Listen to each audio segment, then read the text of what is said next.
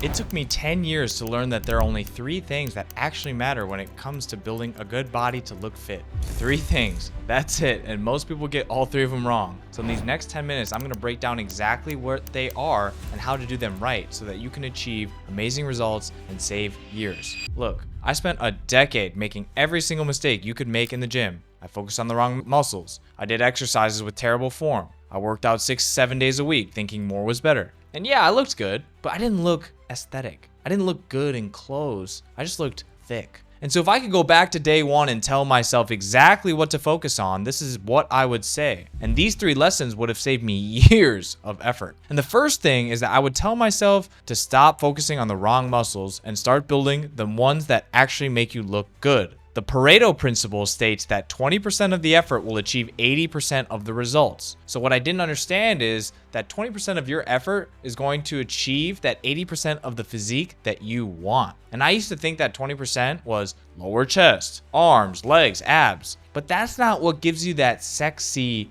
Dorito chip look that actually turns heads. So the 3 muscles that are going to change your body are shoulders, upper chest, and lats. Let me show you why these 3 matter more than anything else. Look at someone who's developed shoulders versus someone who just has arms. This guy has bigger arms, but this guy has better shoulders. So which one looks better to you? Same thing with upper chest. Look at the difference between someone with a nice full upper chest versus someone who's only really built their mid to lower chest. These 2 muscles alone are going to fill out your shirt and make you look athletic. And then the lats. If you want that V taper look, lats are going to be your finishing touch. Look at the difference between someone who has the well-defined lats versus someone who doesn't. So wide shoulders, full upper chest, and thick lats, that is the formula. And once I shifted my focus to these 3 muscles, everything changed for me. I started getting wider, my chest filled out, and I actually started looking aesthetic instead of just big.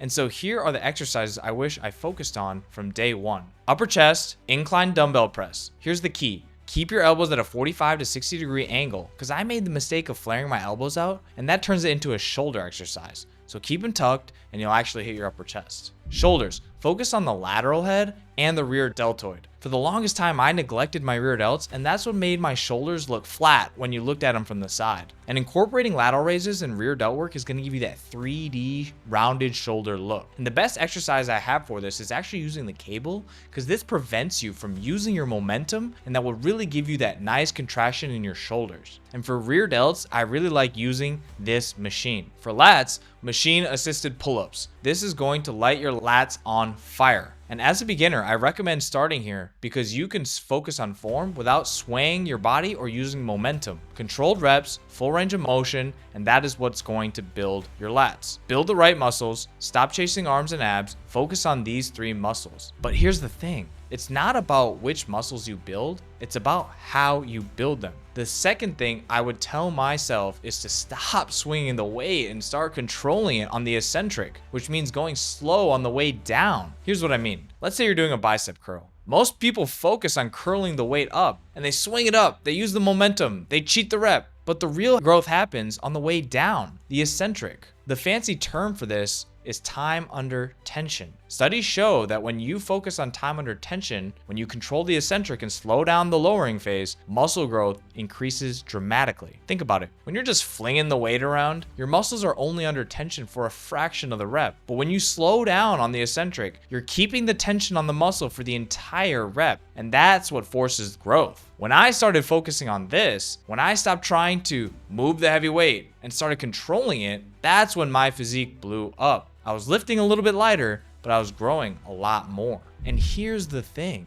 If you're just starting out, you see all these dudes flaying around with terrible form and they look like amateurs. But the person who's controlling the weight, that is who looks like and is a professional. So slow down the eccentric, control the weight, and focus on time under tension. But even if you're doing the right exercises with perfect form, there's still one mistake that's killing your progress. The last thing I would tell myself is this: more volume does not equal more muscle. When I first started lifting, I was in the gym 6-7 days a week, and I'd do 30 sets of bicep curls thinking, oh, if I just do more, I'm gonna gain more muscle. But that's not how it works. And here's why. Because of the law of diminishing returns. Think about eating pizza. The first slice, amazing. The The second slice, still great. But the fifth, you're not even enjoying it anymore. It might even make you feel worse. And your muscles work the same way. Once you hit about 10 to 12 sets per muscle group per week, the returns start to tail off. And any effort beyond that is almost wasted. You'd be better off putting that energy towards a different muscle group or just not working out at all. And so when I switched from this more is better mentality, everything changed. I went from working out 6 days a week to 4 and focused on that 10 to 12 set range, and my physique blew up. But here's the thing that most people don't understand is that your muscles don't grow in the gym. They grow outside of the gym. So what happens in the gym is you give your muscles the stimulus, the opportunity to grow, but the actual growth happens when you're resting, when you're sleeping, when you're recovering. So take care of your sleep, make sure that you're resting between sessions, and stop thinking that more time in the gym equals more results, because it doesn't.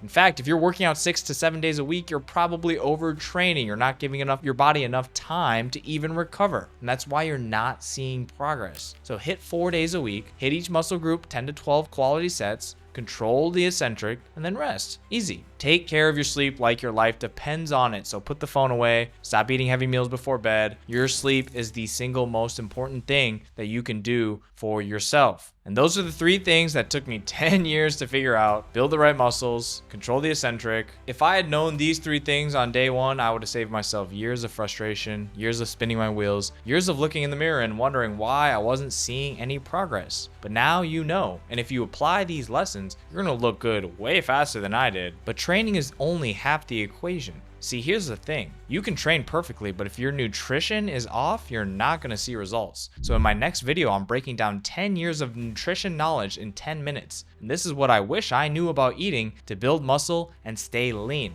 The diet mistakes I made, the macros that actually matter, and the simple framework I use to stay lean year-round without tracking every calorie. Click this video right here, and it's the other half of the equation. I'll see you there.